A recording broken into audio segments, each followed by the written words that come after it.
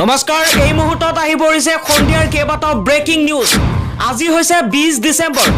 এনে ধৰণৰ খবৰসমূহ নিতৌ চাবৰ কাৰণে চেনেলটো সাবস্ক্ৰাইব কৰি ভিডিঅ'টোত এটা লাইক কৰি দিব কংগ্ৰেছী বিধায়ক ৰকিবুল হুছেইনৰ দৰে মানুহৰ বাবেই সংখ্যালঘু মুছলমান সকলৰ এই দুৰৱস্থা হৈছে ৰকিবুল হুছেইনৰ দৰে মানুহে কেৱল টকা আৰু গাদি চিনি পায় ৰকিবুল হুছেইনৰ বিৰুদ্ধে আক্ৰমণাত্মক হৈছে কংগ্ৰেছ দলৰ এই বিধায়ক চেয়াৰমান আলী আহমেদ এই মুহূৰ্তত জনাই আছো এটা অতিকৈ গুৰুত্বপূৰ্ণ খবৰ কংগ্ৰেছ দলৰে নিলম্বিত বিধায়ক চেয়াৰমান আলী আহমেদে নিজৰ দলৰ এই বিধায়ক ৰকিবুল হুছেইনৰ বিৰুদ্ধে কেইবাটাও বিস্ফোৰক মন্তব্য কৰিছে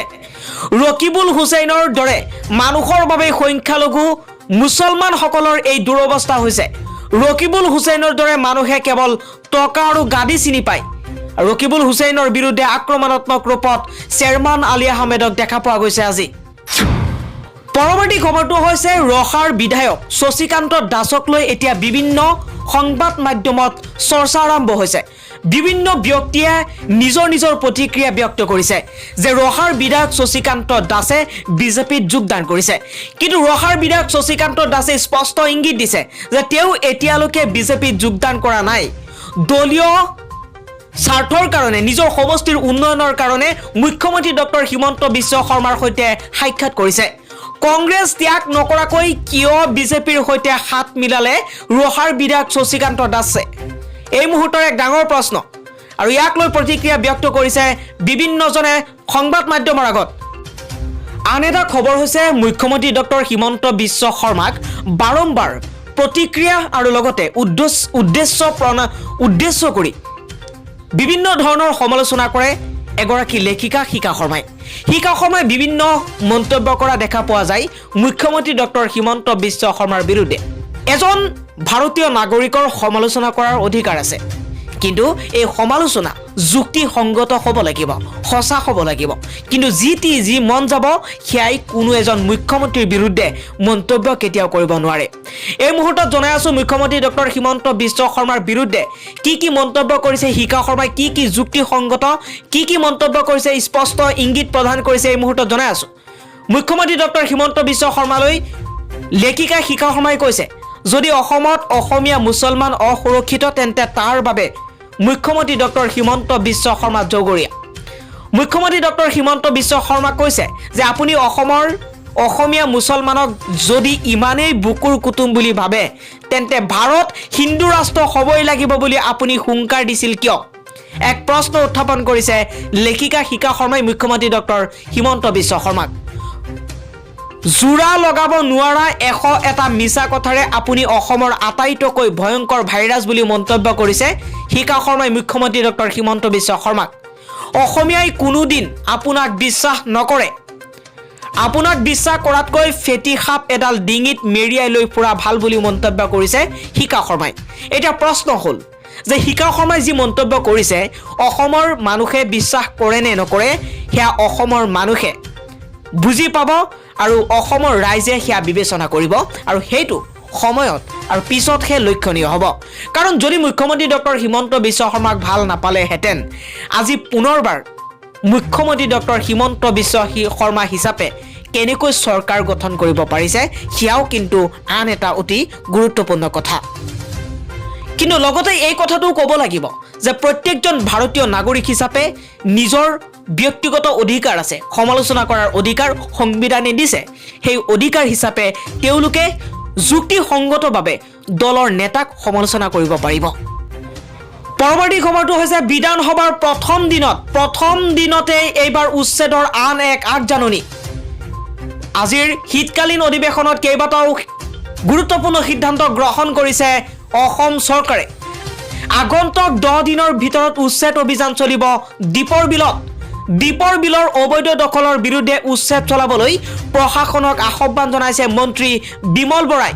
অসম বিধানসভাৰ শীতকালীন অধিৱেশনৰ প্ৰথমটো দিনত এই ঘোষণা কৰিছে মন্ত্ৰী বিমল বৰাই বিধায়ক ৰমেন্দ্ৰ নাৰায়ণ কলিতাৰ এক প্ৰশ্নৰ উত্তৰ দি তেওঁ এই বিষয়ে মন্তব্য কৰিছে দীপৰ বিলৰ উন্নয়ন আৰু আন্তঃগাঁথনিৰ বাবে আবণ্টন দিয়া হৈছে ভূমি মহানগৰৰ উপায়ুক্তই আবণ্টন দিছে 19 বিঘা 1 কটা মাটি এই মুহূৰ্তৰ আন এক অতি গুৰুত্বপূৰ্ণ খবৰ আপোনালোকক জনাই আছো যে আগন্তুক 10 দিনৰ ভিতৰত উচ্ছেদ অভিযান চলিব দীপৰ বিলৰ অবৈধ দখলৰ বিৰুদ্ধে উচ্ছেদ চলাবলৈ প্ৰশাসনক আজি অসমৰ শীতকালীন অধিৱেশনৰ প্ৰথমটো দিনতে মন্ত্ৰী বিমল বৰাই আহ্বান জনাইছে আৰু লগতে দীপৰ বিলৰ উন্নয়ন আৰু আন্তঃগাঁথনিৰ বাবে আবণ্টন দিয়া হৈছে ভূমি আৰু ভূমি আবণ্টন দিছে অসম চৰকাৰৰ ফালৰ পৰা আৰু মহানগৰৰ উপায়ুক্তই আবণ্টন দিছে 19 বিঘা 1 কটা মাটি। পৰৱৰ্তী খবৰটো হৈছে শিৱসাগৰ সমষ্টিৰ বিধায়ক অখিল গগৈয়ে আজি কেইবাটাও মন্তব্য কৰিছে অসম বিধানসভাৰ শীতকালীন অধিৱেশন সম্পৰ্কত আৰু অসমৰ বিধানসভাৰ শীতকালীন অধিৱেশনত কেইবাটাও প্ৰশ্ন উত্থাপন কৰিছে বিধায়ক অখিল গগৈয়ে। অসম চৰকাৰ এতিয়া ধৰুৱা হৈছে, যি আছে সেয়া হেলিকপ্টাৰত ঘূৰি শেষ কৰিব মুখ্যমন্ত্ৰীয়ে। এবছৰৰ পিছত কৰ্মচাৰীক দৰমহা দিব নোৱাৰা হ'ব বুলি মন্তব্য কৰিছে বিধায়ক অখিল গগৈয়ে। এই মুহূৰ্তত জনাইছো এটা অতিকৈ গুৰুত্বপূৰ্ণ খবৰ। বিধায়ক অখিল গগৈয়ে কেইবাটাও মন্তব্য কৰিছে আজি অসম বিধানসভাৰ শীতকালীন অধিৱেশনখনত। অসমত নৈ ৰাজ্যবাদ চলিছে বুলি মন্তব্য কৰিছে অখিল গগৈয়ে আৰু চৰকাৰ এতিয়া ধৰুৱা হৈছে বুলি মন্তব্য কৰিছে। যি আছে হেলিকপ্টাৰত ঘূৰি ফুৰি শেষ কৰিব মুখ্যমন্ত্ৰীয়ে বুলি মন্তব্য অখিল গগৈৰ। লগতে মুখ্যমন্ত্ৰী ডক্টৰ হিমন্ত বিশ্ব শৰ্মা সম্পৰ্কে বিধায়ক অখিল গগৈয়ে কৈছে যে বিধায়ক পুঁজি পাব লগা মতে বিধায়ক পুঁজি পোৱা নাই, 1 কোটি পাব লাগে, তাৰ ভিতৰত মাত্ৰ 55 লাখ টকাহে দিছে বুলি মন্তব্য কৰিছে অখিল গগৈয়ে। নভবা নিচিন্তাকৈ এইখন চৰকাৰে বিল আনে, হিমন্ত বিশ্ব শৰ্মাই যি বিল আনে সকলো গণ্ডগোল বুলি মন্তব্য কৰিছে বিধায়ক অখিল গগৈয়ে। লগতে কেইবাটাও বিস্ফোৰক মন্তব্য কৰিছে বিধায়ক অখিল গগৈয়ে। অখিল গগৈয়ে কৈছে যে এইবাৰ গৰম হ'ব বিধানসভা, ভূমি কেলেংকাৰীক লৈ সকলোতে মাত মাতিব, কয়লা সিন্ডিকেট সন্দৰ্ভতো কটাক্ষ মুখ্যমন্ত্ৰী ডক্টৰ হিমন্ত বিশ্ব শৰ্মাক। আনহাতে উত্তৰ প্ৰদেশৰ নিৰ্বাচনলৈ 300 কোটি টকা অসমে দিব বুলিও গুৰুত্বপূৰ্ণ মন্তব্য কৰিছে বিধায়ক অখিল গগৈয়ে। বিধায়কগৰাকীয়ে লগতে কৈছে কয়লা সিন্ডিকেটৰ টকাৰে অসমে উত্তৰ প্ৰদেশৰ নিৰ্বাচনলৈ টকা দিব, কিন্তু কিমান যুক্তিপূৰ্ণ কথা সেয়া সময়তহে লক্ষণীয় হ'ব। পৰৱৰ্তী খবৰটো হৈছে অসম বিধানসভাৰ শীতকালীন অধিৱেশনৰ প্ৰথম দিনটোতে গণ্ডগোল হ'ল, অৰ্থাৎ মুখ্যমন্ত্ৰীৰ পৰিয়ালৰ ভূমি কেলেংকাৰী প্ৰসংগক লৈ উত্তপ্ত হ'ল বিধানসভা। 10 মিনিটৰ বাবে স্থগিত কৰা হৈছিল অসম বিধানসভাৰ শীতকালীন অধিৱেশন। আজিৰে পৰা আৰম্ভ হোৱা অসম বিধানসভাৰ শীতকালীন অধিৱেশনৰ প্ৰথম দিনাই বিৰোধীয়ে সদন উত্তাল কৰি তোলাৰ সময়ত স্থগিত ৰাখিব লগা হৈছে সদন। মুখ্যমন্ত্ৰীৰ পৰিয়ালৰ ভূমি কেলেংকাৰীক লৈ উত্তাল বিধানসভাৰ সদন 10 মিনিটৰ বাবে স্থগিত কৰা হৈছিল সদন। বিধায়ক অখিল গগৈয়ে উত্থাপন কৰিছিল মুখ্যমন্ত্ৰীৰ পৰিয়ালৰ ভূমি কেলেংকাৰীৰ প্ৰসংগ আৰু তাৰ পাছতেই হুলস্থুলীয়া পৰিৱেশৰ সৃষ্টি হৈছিল বিধানসভাৰ শীতকালীন অধিৱেশনখনত। তাৰোপৰি বিৰোধী কংগ্ৰেছেও আনিছিল ভূমি কেলেংকাৰীৰ প্ৰসংগৰে সভা স্থগিতৰ